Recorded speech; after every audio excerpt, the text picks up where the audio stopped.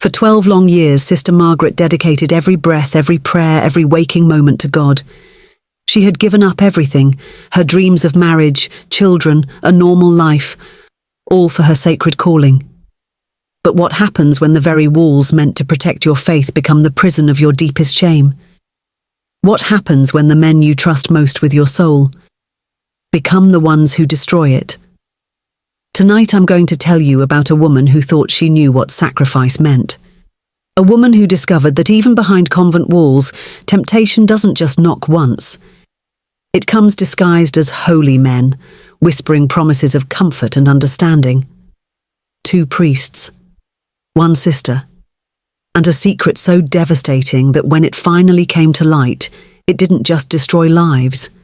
It shattered an entire community's faith in everything they held sacred. Imagine giving your entire existence to God, believing you're walking the righteous path, only to find yourself trapped between 2 men who were supposed to guide you to heaven, but instead led you straight into hell. This isn't just a story about broken vows. It's about broken trust, broken hearts, and the kind of betrayal that cuts so deep it changes everyone it touches forever. Before we dive deeper, let us know in the comments where you're watching from. We'd love to hear from you. And if you're new here, click on the subscribe button so you never miss any of our upcoming videos. Sister Margaret wasn't born to be a nun, at least that's not how her story began. Growing up in a small town in Ohio, she was just like any other girl, dreaming of love, marriage, maybe a house with a white picket fence and children running through the backyard. But life has a way of changing course when you least expect it.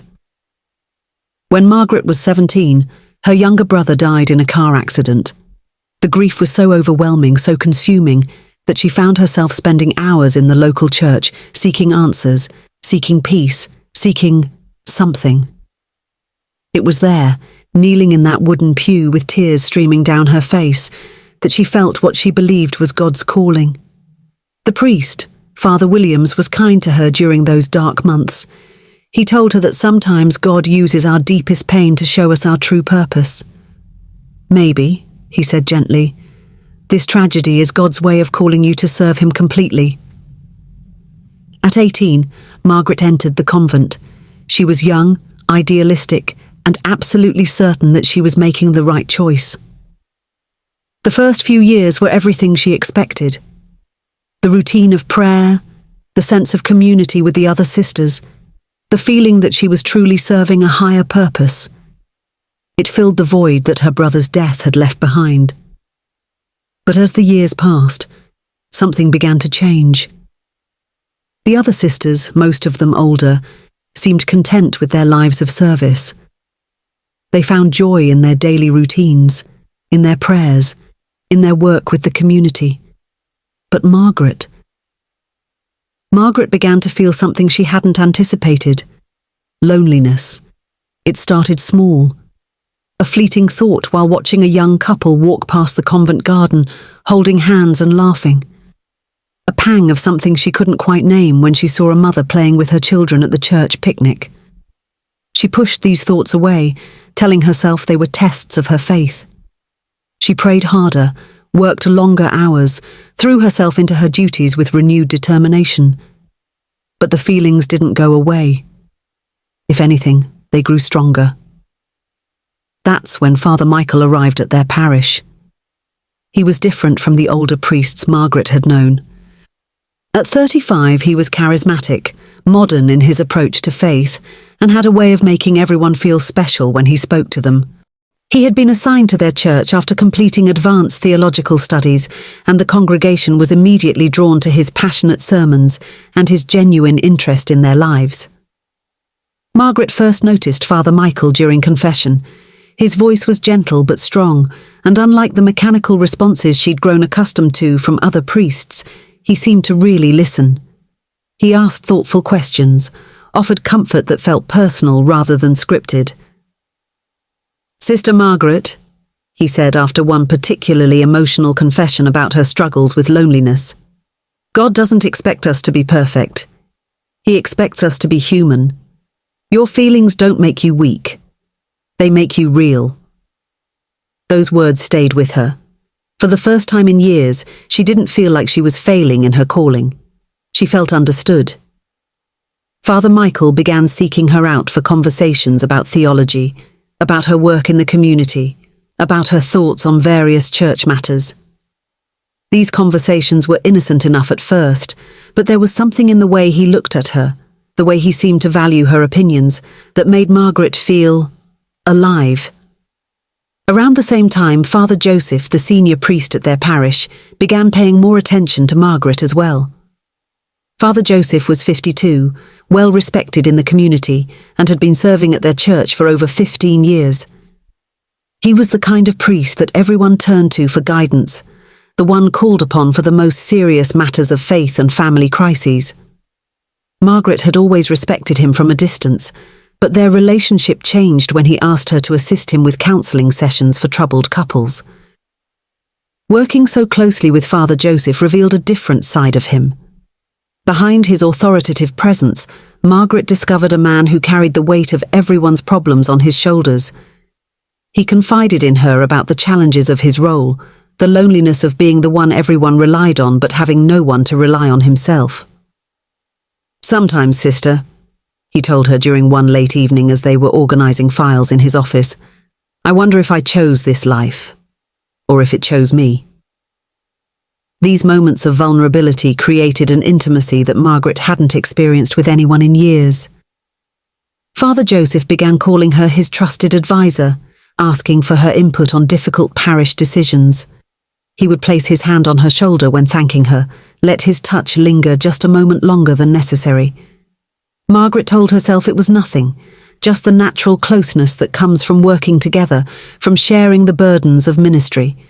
But deep down, she knew something was changing, the way her heart raced when Father Michael smiled at her during Mass, the warmth that spread through her chest when Father Joseph praised her work in front of other parishioners. These weren't the feelings a nun was supposed to have. These weren't the thoughts that belonged in a mind dedicated to God. Margaret began spending more time in prayer, desperately asking for guidance, for strength, for the ability to push these confusing emotions away. But the more she tried to suppress them, the stronger they seemed to become. She found herself looking forward to her conversations with Father Michael, treasuring the moments when Father Joseph would ask for her help with private matters. She was walking a dangerous line, and somewhere deep in her heart she knew it. The first time something inappropriate happened, it was with Father Joseph. Margaret was helping him organise old church records in the basement storage room late one evening. The space was cramped, and they found themselves standing very close together as they reached for boxes on high shelves. When Father Joseph turned to hand her a heavy file box, their bodies brushed against each other. Instead of stepping away, he paused, looking directly into her eyes. "Margaret," he whispered, using her first name instead of her title for the first time, "I need to tell you something." His hand came up to touch her face, and before she could process what was happening, his lips were on hers. The kiss lasted only seconds, but it felt like an eternity. When they broke apart, both of them were breathing heavily, staring at each other in shock and confusion. "I'm sorry," Father Joseph said immediately. "I don't know what came over me. This can never happen again." But even as he spoke the words, his hand was still touching her cheek, and Margaret could see in his eyes that he didn't really mean it. That night, Margaret knelt by her bed for hours, praying for forgiveness, promising God that she would never let such a thing happen again. But the memory of that kiss, the feeling of being wanted, of being desired, it haunted her dreams and filled her thoughts during prayer. 2 weeks later, it was Father Michael's turn to cross the line. Margaret had been struggling with a particularly difficult situation involving a young woman in the parish who was pregnant and unmarried. The girl's parents had disowned her, and Margaret was trying to help find resources and support. Father Michael found her crying in the chapel after an especially heartbreaking conversation with the girl. "Hey," he said softly, sliding into the pew beside her. "You can't carry everyone's pain, Margaret. You have such a beautiful heart, but you're going to break it trying to fix everyone else's problems." His arm went around her shoulders in what started as a comforting gesture, but as Margaret looked up at him through her tears, something shifted in the air between them. "I see how much you care," Father Michael continued, his voice barely above a whisper. "I see how much love you have to give. It's not fair that you have to keep it all locked away." This time Margaret didn't resist when he kissed her. This time she kissed him back, pouring all of her loneliness, all of her suppressed desires, all of her need for human connection into that stolen moment. If you're still following, type "I'm still here" in the comments. Let's see who's really watching this far. Both men, in their own ways, began justifying these lapses. Father Joseph told Margaret that God understood human weakness, that their connection was spiritual as much as physical, that sometimes the Lord worked through love in all its forms. Father Michael convinced her that their feelings were pure, that denying the love God had placed in their hearts was actually a sin in itself, that they were meant to comfort each other in their service to others. Margaret found herself living in a constant state of internal conflict. Part of her knew what they were doing was wrong, was a betrayal of everything she had pledged her life to. But another part of her, the part that had been starved for affection and human connection for so many years, rationalized these relationships as something beautiful, something necessary, something that made her a better person and a more compassionate servant of God. The dangerous triangle that was forming between Margaret, Father Joseph and Father Michael was about to become even more complicated. Neither priest knew about the other's involvement with Sister Margaret. Both believed they were her only confidant, her only source of comfort in a life of sacrifice and service. And Margaret, caught between them, was spiraling deeper into a web of deception and desire that would soon trap all three of them in ways none of them could have imagined. What started as moments of weakness were becoming patterns of behavior. What began as emotional comfort was evolving into physical intimacy that would soon have consequences none of them were prepared to face. The stage was set for a scandal that would rock their entire community to its core, but for now, in those stolen moments of forbidden connection, all three of them were lost in the illusion that they could keep their secrets forever. Little did they know, secrets have a way of revealing themselves, especially when they involve the creation of new life. The path Margaret was walking would soon lead to a revelation that would force all of them to face the true cost of their choices, and the price would be higher than any of them had ever imagined. 3 months after the first kiss with Father Joseph, and 2 months after her first intimate moment with Father Michael, Sister Margaret began noticing changes in her body that terrified her more than anything she had ever experienced in her life. At first, she dismissed the nausea as stress, the fatigue as overwork, the missed periods as the result of emotional turmoil. But as the weeks passed and the symptoms intensified, a horrifying possibility began to take shape in her mind. Margaret had been intimate with both priests on multiple occasions. What had started as isolated incidents of weakness had become a pattern of secret encounters. Father Joseph would find reasons to keep her late after evening prayers, leading her to his private office, where their conversations about ministry would dissolve into passionate embraces. Father Michael would suggest walks in the convent garden during the early morning hours, where behind the rose bushes and tall hedges they would hold each other with a desperate hunger that neither could name or resist. The morning Margaret woke up and immediately ran to the bathroom to vomit, she knew her worst fears were confirmed. Sitting on the cold tile floor, her head spinning and her heart pounding, she faced a reality that seemed impossible. She was pregnant, a nun, carrying a child. And the father could be either of 2 priests who had sworn the same vows of celibacy that she had broken. For 3 days, Margaret said nothing to anyone. She went through her daily routines like a robot, leading morning prayers with the other sisters, teaching catechism to the parish children, helping prepare meals in the convent kitchen, all while her mind raced with panic and disbelief. How could this have happened? How could she have been so reckless, so foolish, so completely blind to the consequences of her actions? The weight of her situation became crushing. During Mass, as she knelt in prayer, she would feel waves of nausea that had nothing to do with morning sickness and everything to do with the overwhelming guilt and terror of what she had done. Every time she looked at the crucifix, She felt like she was staring into the eyes of a God she had betrayed in the most profound way possible. Finally, unable to bear the burden alone any longer, Margaret decided she had to tell Father Joseph first. She had known him longer, and in some ways their relationship felt more like a partnership, built on their work together in the parish. Surely he would know what to do. Surely as the senior priest he would have wisdom and guidance for a situation this catastrophic. She found him in his office after evening mass, working on his sermon for the following Sunday. The irony wasn't lost on her that she was about to confess the most shameful secret of her life to a man who was equally responsible for it, in a room where they had shared some of their most passionate moments. "Father Joseph," she said quietly, closing the door behind her and turning the lock, a gesture that had become routine for their private conversations. "I need to tell you something, and I need you to promise me you won't hate me when you hear it." Father Joseph looked up from his papers, immediately sensing the gravity in her voice. "Margaret, you could never do anything that would make me hate you. What is it?" The words felt like they were being torn from her throat. "I'm pregnant." The silence that followed was deafening. Father Joseph's face went through a series of expressions: confusion, disbelief, horror, and finally panic. He stood up from his desk so quickly that his chair fell backward, hitting the wall with a loud crash.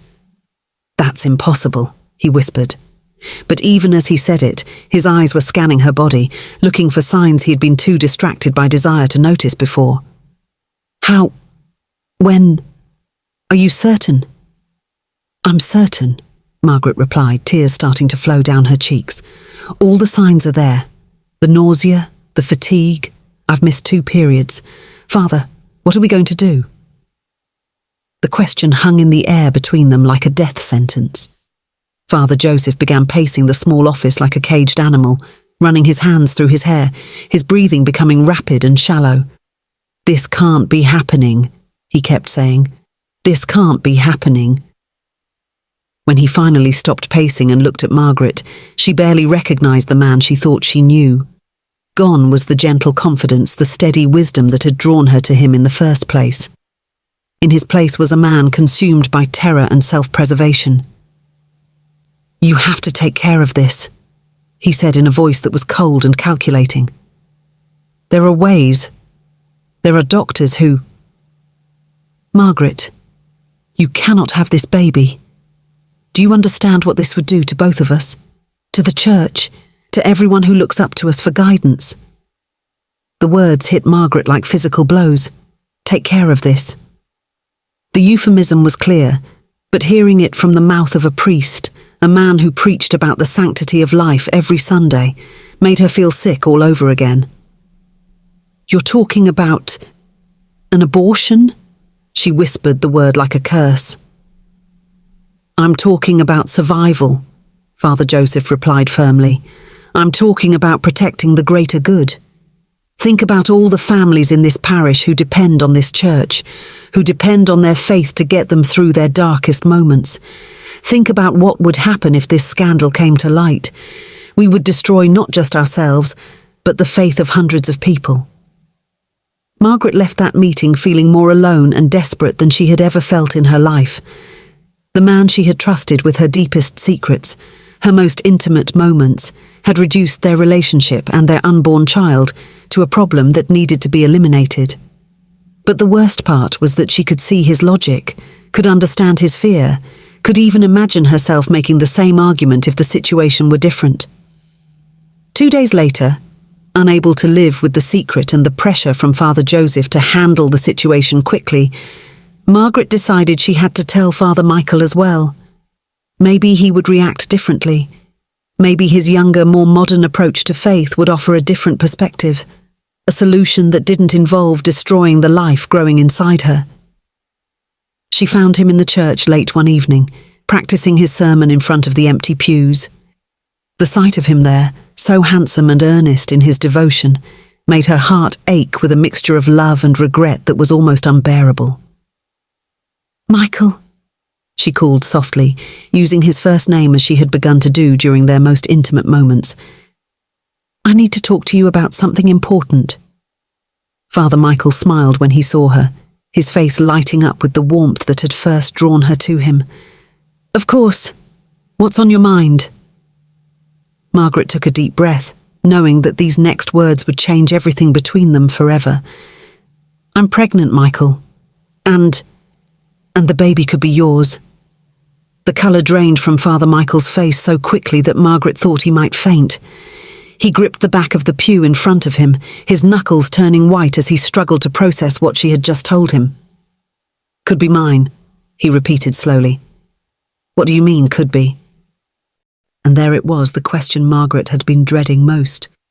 She had to tell him about Father Joseph. She had to admit that she had been intimate with both of them, that she didn't know which one was the father of her child.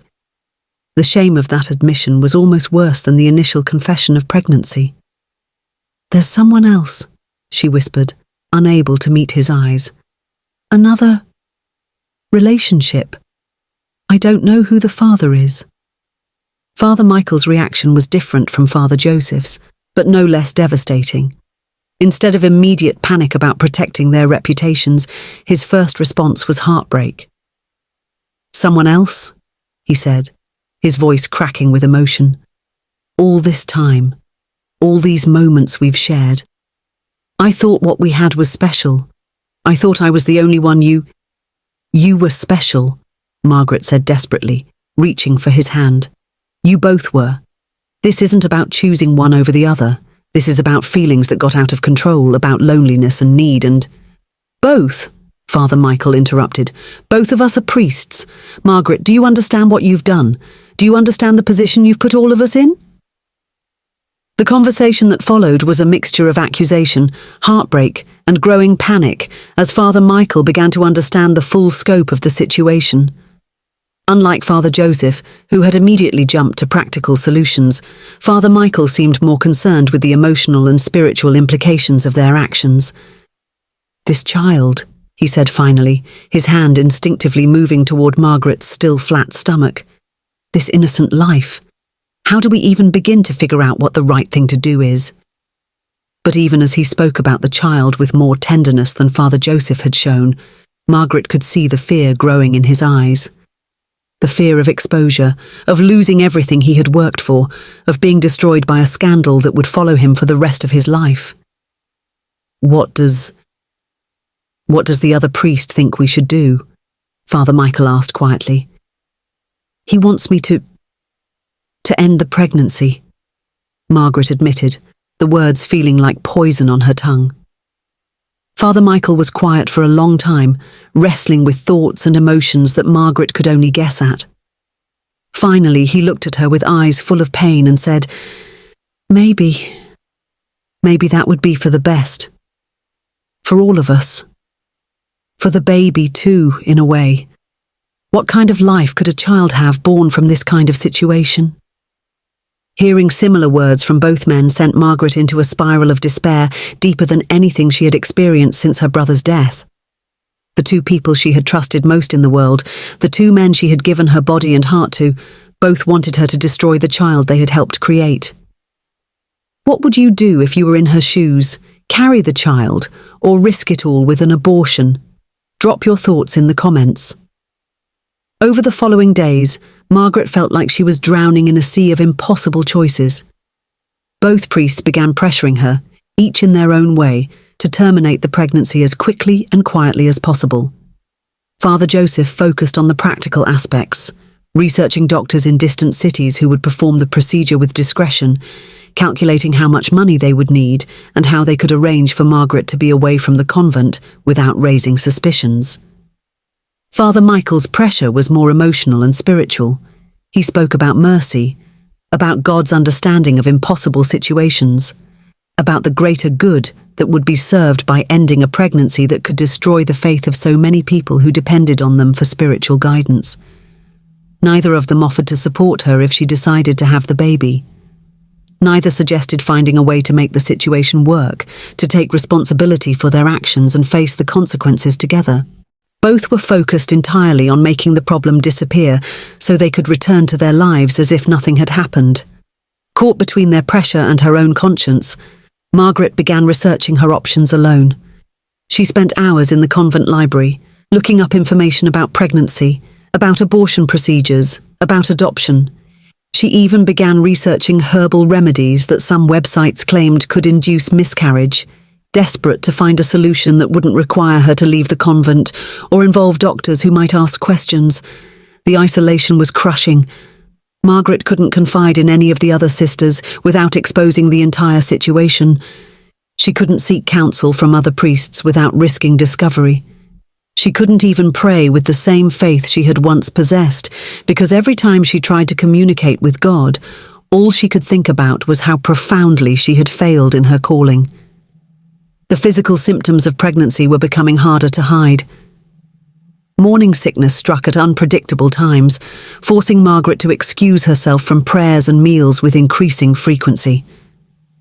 Her usual energy was replaced by a constant fatigue that made it difficult to keep up with her duties. Other sisters began commenting on her pale complexion, her loss of appetite, her frequent trips to the bathroom. "Sister Margaret, are you feeling well?" Sister Catherine, the eldest nun in their community, asked one morning after Margaret had to rush out of morning prayers for the third time in a week. "You seem to be struggling with some kind of illness. Perhaps you should see a doctor." The suggestion of medical attention sent waves of panic through Margaret. A doctor would immediately recognize her condition, would ask questions she couldn't answer, would create records that could expose everything. "I'm fine, Sister Catherine," she replied weakly. "Just a stomach bug that's taking longer than usual to clear up." But Margaret knew she couldn't keep up the charade much longer. Her body was changing, her secrets were becoming harder to hide, and the pressure from both priests was intensifying. Father Joseph had found a doctor in a city 3 hours away who would perform the procedure, no questions asked, for a substantial cash payment. Father Michael had arranged for Margaret to have a spiritual retreat that would provide cover for her absence. Everything was falling into place for Margaret to end her pregnancy and return to her life as if nothing had happened. But as the date they had set approached, Margaret found herself unable to go through with it. Every time she tried to convince herself that abortion was the right choice, the only choice, something deep inside her rebelled against the idea. This was a child, a life, a human being who had been created out of love, even if that love was complicated and forbidden. How could she destroy something so innocent because of the mistakes that she and 2 grown men had made? How could she compound one sin with another that felt even more grave? 3 nights before the planned procedure, Margaret made a decision that would change everything. Instead of ending her pregnancy, she decided to try one of the herbal remedies she had researched online. If God wanted this child to be born, the herbs wouldn't work. If he wanted to end the pregnancy naturally, this would be his way of doing it. She was putting the decision in God's hands rather than taking it into her own. Margaret bought the herbs from a health food store in the next town, telling the clerk she was making tea for a friend with digestive problems. That evening, alone in her small room, she brewed the mixture and drank it, praying that whatever happened would be God's will. The herbs were stronger than she had expected. Within hours, Margaret was experiencing severe cramping and nausea that went far beyond normal morning sickness. By midnight, she was doubled over in pain, sweating and shaking as her body reacted to the substances she had ingested. Margaret tried to endure the pain silently, not wanting to wake the other sisters or draw attention to her condition. But as the hours passed and the cramping intensified, she realized that something was going seriously wrong. This wasn't the gentle, natural miscarriage she had hoped for. This was a medical emergency. At 3 a.m, Margaret finally had to call for help. Her cries of pain woke Sister Catherine, who immediately called for an ambulance when she found Margaret collapsed on her bedroom floor, pale and bleeding. The ride to the hospital was a blur of pain and fear. As the paramedics worked to stabilize her condition, Margaret knew that her secret was about to be exposed in the most dramatic way possible. There would be no quiet resolution, no discreet handling of the situation. Everything was about to come to light, and she was powerless to stop it. The emergency room doctor who examined Margaret was professional but direct. After running tests and examining her condition, he confirmed what she already knew. Sister, you're approximately 12 weeks pregnant, and it appears you've ingested something that's causing a severe reaction. We need to know exactly what you took so we can treat you properly. The moment she had dreaded for months had finally arrived. Sister Margaret, surrounded by medical professionals and facing potentially life-threatening complications, had no choice but to tell the truth. The secret she had tried so desperately to keep, the situation she and two priests had tried so hard to manage privately, was about to become public knowledge in the most shocking way possible.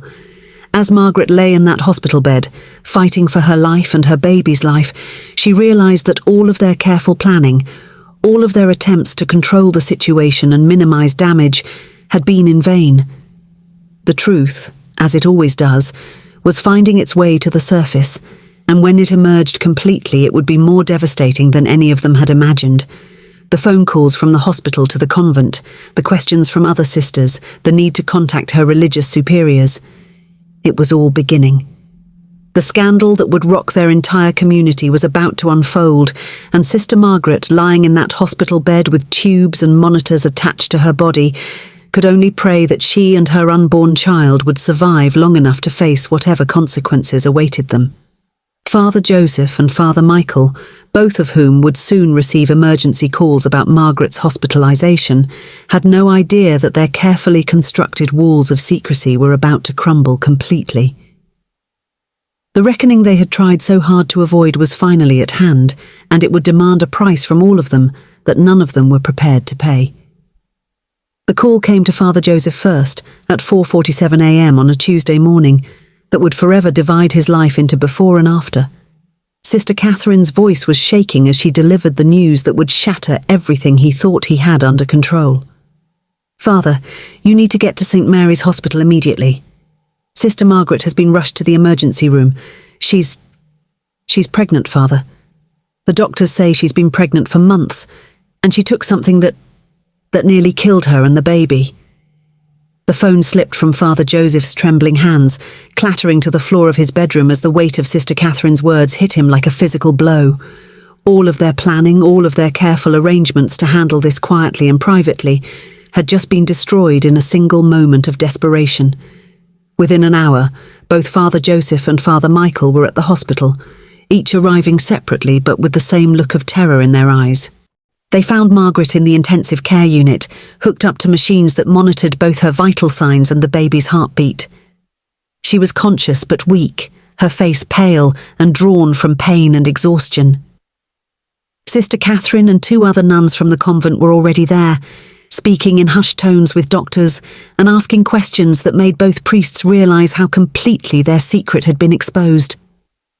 There was no covering this up, no managing the narrative, no quiet resolution that would let them all return to their normal lives. The herbs she ingested could have killed her, Dr. Sarah Martinez explained to the assembled group. We've managed to stabilize both mother and baby, but she's going to need extensive monitoring for the next several weeks. I have to ask, does anyone know why a nun would attempt to terminate her pregnancy using such dangerous methods? This suggests a level of desperation that concerns me greatly. The question hung in the air like an accusation, and both priests felt the weight of eyes turning toward them, searching for answers they couldn't give without destroying themselves. Sister Catherine, who had been Margaret's mentor and closest friend in the community for over a decade, was staring at the two men with a growing understanding that made their blood run cold. I think, Sister Catherine said slowly, her voice carrying an authority that made everyone in the room pay attention, that there are some questions that need to be answered about how Sister Margaret found herself in this condition. And I think those answers need to come from the people she trusted most. Over the next 48 hours, as Margaret recovered under medical supervision, the walls of secrecy that had protected all three of them began crumbling with devastating speed. The hospital required contact information for the baby's father for medical purposes. Other sisters began asking pointed questions about Margaret's recent behavior, her frequent private meetings with both priests, the way she had been avoiding community activities for months. Father Michael cracked first. Unable to bear the weight of guilt and the constant questioning from church elders who had been called in to investigate the situation, he requested a private meeting with the Mother Superior of Margaret's order and the bishop of their diocese. "I need to confess something," he said, his voice barely above a whisper as he sat across from two of the most powerful figures in their religious hierarchy. I was involved with Sister Margaret, intimately involved. I broke my vows, and I may be the father of her child. The confession sent shockwaves through the church leadership, but the aftershocks were just beginning. When pressed for details about how long the relationship had been going on and whether anyone else was involved, Father Michael's resolve completely collapsed. "There was someone else," he admitted, the words coming out in a rush of shame and desperation. "Another priest. Father Joseph was also involved with her. She doesn't know which one of us is the father." The bishop, a man who had seen many scandals in his 40 years of church leadership, later said that nothing had prepared him for the scope of what Father Michael was confessing. Two priests, both violating their vows with the same nun, resulting in a pregnancy that had nearly killed her when she tried to abort it using dangerous herbs. It was a scandal of proportions that would rock not just their parish, but the entire diocese. Father Joseph, when confronted with Father Michael's confession, initially tried to deny everything, but faced with evidence that investigators had begun uncovering, private gifts he had given Margaret, witnesses who had seen them together in compromising situations, his own written notes about handling the Margaret situation. His denials quickly crumbled.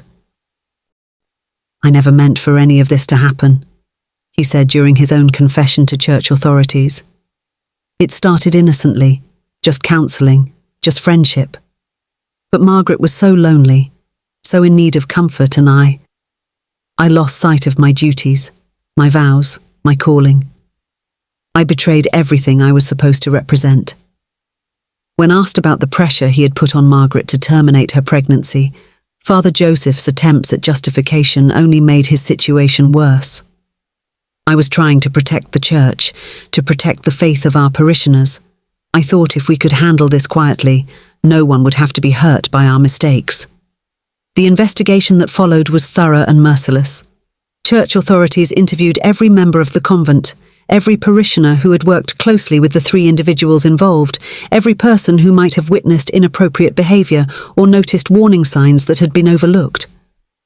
What they discovered painted a picture of a community where warning signs had been ignored, where inappropriate relationships had been allowed to develop under the guise of spiritual guidance, where three people had allowed their human desires to override their sacred commitments in ways that put everyone around them at risk.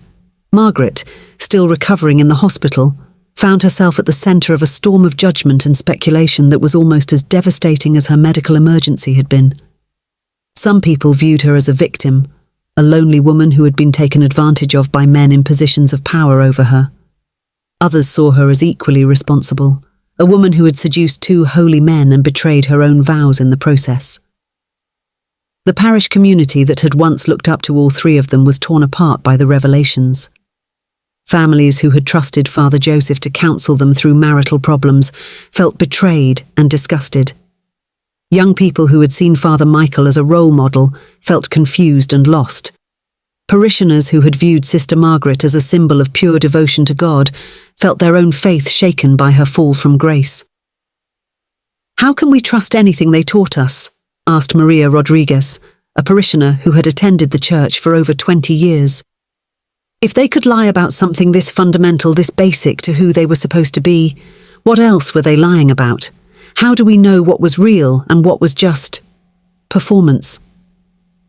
The local media, once they caught wind of the story, descended on the small parish community like vultures.